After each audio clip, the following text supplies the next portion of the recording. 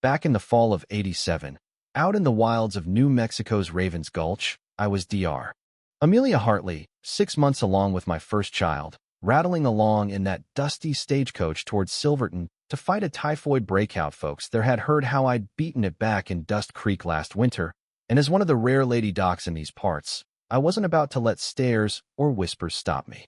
But then the shots cracked like thunder, the Blackwood Raiders swooping down like hawks on a rabbit led by that snake-eyed Silas Blackwood, who'd been terrorizing trails for gold and grudge, all because some mining baron had cheated his family out of land years back, turning him bitter and bloodthirsty. The driver hollered, "Raiders, hold on," as bullets splintered wood, our coach flipping over the edge into that rocky, helmy fellow passengers gone in a crush of screams and snaps.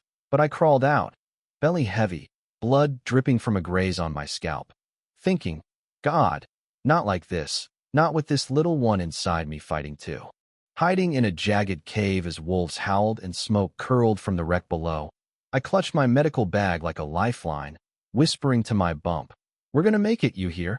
Heart pounding when footsteps crunched closer, not the raiders' wild boots, but steady, careful ones. "Anyone alive?" "I'm Elias Thorne, no bandit, just a mountain healer. I saw the fire from the ridge." I peeked out, seeing this rugged guy in his 30s, eyes kind but shadowed, leading a horse loaded with herbs and Tulsht learned from his grandpa, a Civil War sawbones, and from the Navajo ways, patching folks up after losing his own town practice to blame over a fever that took his love and unborn kid, guilt eating him like rust on iron. "You're hurt bad, my Emmond with child," he said softly, bandaging me up right there. No fuss, just steady hands that made me trust him enough to ride to his hidden cabin in Echo Valley, 3 miles through the dark, where his partner, Kai Silverwind, a Navajo scout turned healer, waited with stew and wisdom, his face lined from army betrayals that stole his people's land, yet he chose peace, blending roots and chants with white man's cures. Winter clamped down hard, snow sealing us in, and as my belly swelled, we became this odd family. Elias teaching me frontier fixes, Kai showing how spirits heal the soul, not just the flesh, but tension built when a frantic miner burst in about a cave-in at Hawks Peak.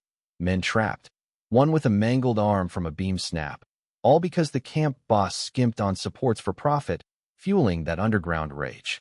I insisted on going. "I'm the doc here," Elias' oath means something, clashing with his fear of losing another like his past. But we rode out in a blizzard, me directing the surgery by lantern light, cutting away rot while Elias stitched, Kai chanting calm. Then contractions hit on the way back, fierce and fast, forcing us into a leaky shack where, amid howls and fire crackle, I pushed out my daughter, Faith, her cries cutting the storm like hope itself, Elias holding her with tears, whispering, "She's here, Amelia's perfect." And in that raw moment, bonds forged deeper than blood. Spring thawed the paths, and a letter came from my husband Edward back in Albuquerque declared me dead after the raid news, remarrying for his law firm's gain, his words cold as a grave. "Better this way, simplifies, thinks no complications." Rage boiled, but it freed me too. Edward had wed me for status, not heart, ignoring my travels while chasing power in those stuffy circles.